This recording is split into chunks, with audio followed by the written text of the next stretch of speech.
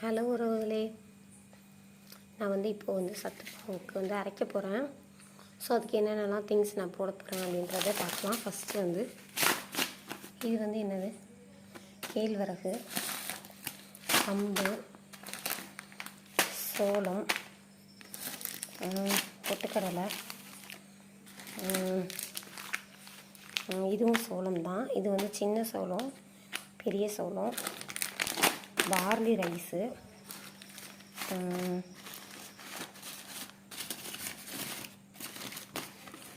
இது ஆக்சுவலாக இது கடலை, உளுந்து, தினை ரைஸு, மாப்பிள்ளை சம்பா அரிசி, பச்சைப்பயிறு,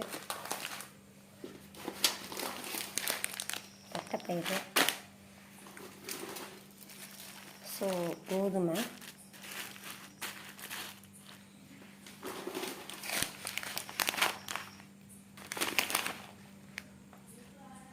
இது தட்டைப்பயிறு, இது சோயாபீன்ஸ், சாரி இது முன்னாடி தட்டைப்பயிறுன்னு சொல்லிட்டேன், இதுதான் தட்டைப்பயிறு.